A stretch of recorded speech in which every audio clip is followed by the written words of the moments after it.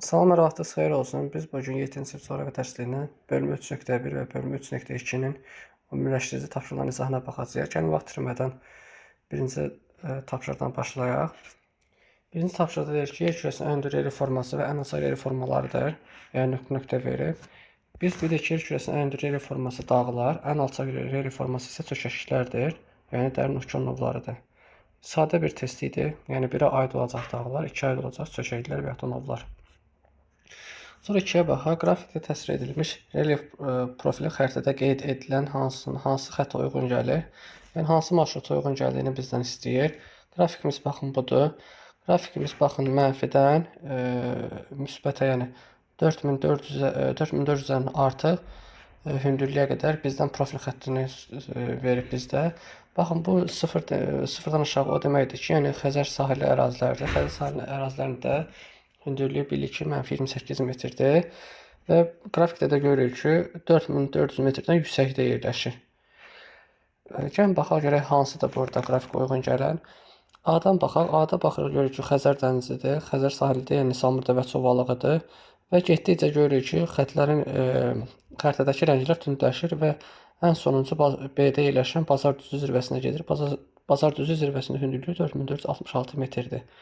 Bəli, elə göründüyü kimi də baxın görürük, Samurda və Çovalığın elə hündürlüyü -28 metrdir.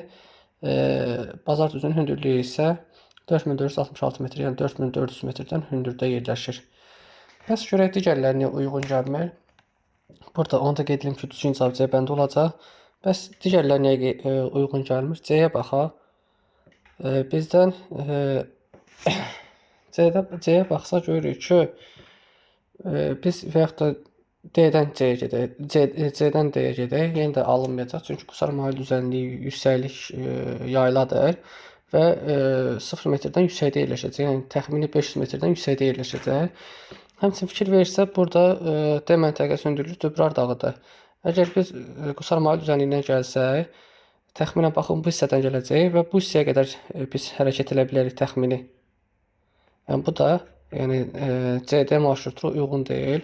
Ona görə A bəndi burada səhvdir. Bəs digərinə baxaq. F, Y-yə baxaq. F budur, Y də budur. Baxırıq, görürük ki, Samurda və Çovalıqdır, Xəzər sahili ovalıqdır.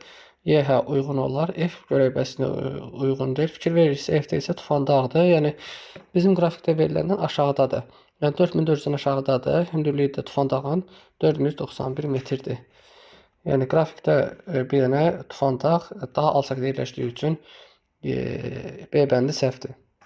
Amma qalan şeylər düzgündür. Fikir verirsə, Y-dən F-ə doğru getdikdə hündürlüyü artır. Həmçinin Y-nin hündürlüyü -28 metrdir. Xəzər sahili ovalıqdır. Yəni Samurda və Çovalıqdır. Və F-ə doğru getdikdə görürük ki, hündürlüyü artır. Lakin F-in son dayandığı yer, yəni Tufan dağın hündürlüyü az 4400-dən aşağıdır. Yəni 491 metrdir. Sonra AB xəttindən onsuz da demişdik. Gəlin K ilə N-ə baxaq. Burada baxırıq ki, məsələn K-dən N-ə doğru geçsək, fikir verirsə, burada yenə Samurda və Çovalığına düşür və yaxud da Samur çayının yatağına uyğun gəlir. Samur çayının yatağı da nisbətən hündürdə yerləşir, yəni -0 metr deyil, yəni mənfi metr deyil. Və fikir verirsə, baxın görürük ki, hərəkət etdiyimiz zaman gəlir Babadağa gəlir. Babadağın hündürlüyü 3629 metr. Daha sonra isə Ləngəbizə gəlir. Ləngəbizdə isə hündürlük azalır. Yəni siz burada xəritə rənglərinə baxaraq da tünd rənglər hündürlüyü, açıq rənglər isə daha alçaq nöqtələri bildirir. Ləngəbizin də hündür zirvəsi Səndələn dağıdır. Hündürlüyü 929 metrdir. Təxminən baxın hündürlük, baxın bu istiqamətə gedəcək. Həmin ərazinin hündürlüyü, baxın bu istiqamət olacaq. Bəs sonra baxaq görək, L-M-ə baxaq. L-dən M-ə doğru gedək. L hansıda L buradadır. Yenə görürük ki, qusar mail düzənliyindən M-ə doğru gedir. Sumqayıt çayın çökəkliyinə qədər gedir. Fikir verirsə, bu ərazi ancaq düzən ərazilərdən hərəkət edir. Yəni hündürlük təxminən olacaq nə qədər? 0 metrdən yüksək, yəni 200 metrə qədər olan əraziləri əhatə edəcək. Ona görə də Y bəndi olmayacaq. Düzgün cavabımız A bəndi olacaq. Yəni siz xəritədə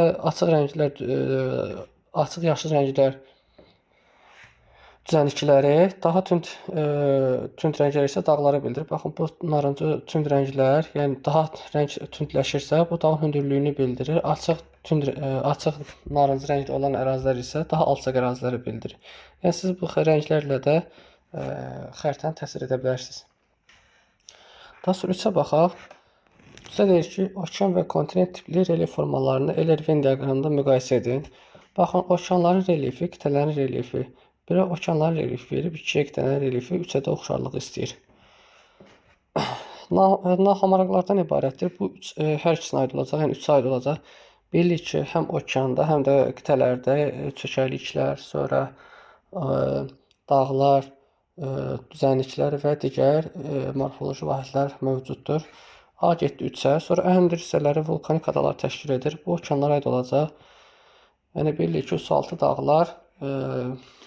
dağların zirvəsi vulkanik adalar formalaşdırır. Ona görə B getdi, okeana getdi. Daha sonra relyefin yaranmasında eksogen qüvvələr iştirak edir. Bu qitələrin relyefinə aid olacaq. 2-yə C gedəcək. Okeanlarda demək olar ki, eksogen qüvvələr baş vermir. Ən çox endogen qüvvələr orada təsiri böyükdür.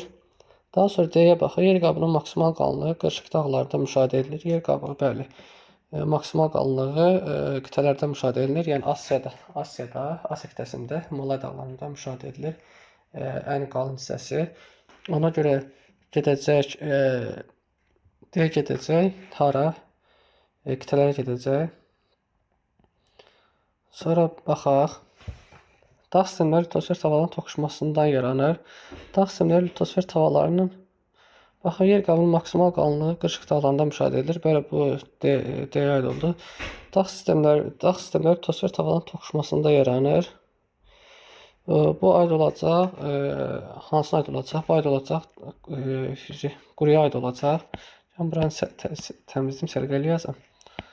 Yəni, baxın, bu aid olacaq. Aid oldu relyefin yaranması eksogen qüvvələri bu 2 qitələrə C, daha sonra D və Y.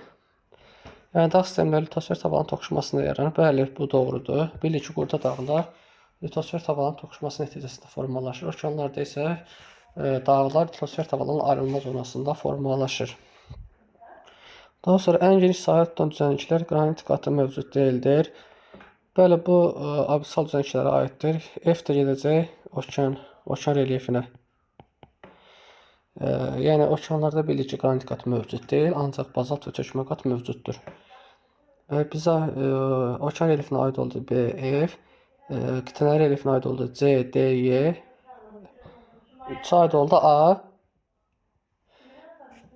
Nöqtələrin yerinə uyğun adları yazın. Burada ən hündür zirvə Asiya qitəsində yerləşən Jomolungma dağıdır. Ən alçaq nöqtəsi isə Asiya qitəsində yerləşən qohor çökəkliyi və yaxud da ölü dənizdir. -423 metrdir.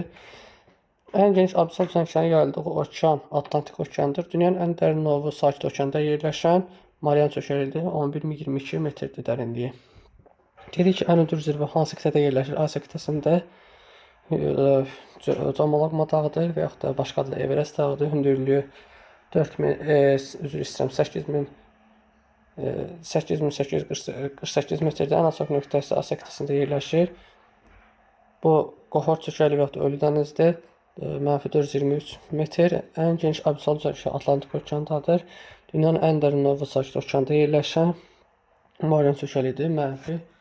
-11.022 metr. Daha sonra ən böyük qitənin hündür yeri ilə ən böyük okeanın dərin yerini müəyyən edin. Elə, baxın, A uyğun gələcək. Everest zirvəsi ilə Mariana novu, yəni bu aid olacaq Everest zirvəsi ilə Mariana novu. Düzgün cavabımız A olacaq. Bəs baxaq görək, B olmur. B Jomolungma qohor çökəkliyi. Bu Asiya qitəsinin ən hündür və ən alçaq nöqtəsidir. Mauna Kea dünyanın ən hündür yeri deyil.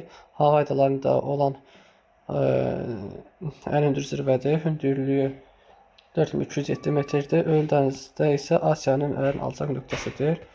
Sonra Elbrus və Xəzər dənizi. Elbrus və Xəzər dənizi Avropanın ən hündür zirvəsi və ən alçaq nöqtəsidir. Elbrusun hündürlüyü 5642 metrdir. 5642 metr. Daha sonra D-yə baxaq, D niyə olmur? Akonqanın hündürlüyü 6961 metr, Cənubi Amerikanın ən hündür zirvəsidir və ölüm dərəcəsi -86 metrdir. Bu da Şimali Amerikada yerləşir. Ona görə B, C, D, Y uyğun gəlmir. Düzgün cavabımız burada oldu. A bəndi. İzlədiyiniz üçün təşəkkür edirəm. Kanala abunə olmağı unutmayın. Gələn videolarda görüşəndə hələlik.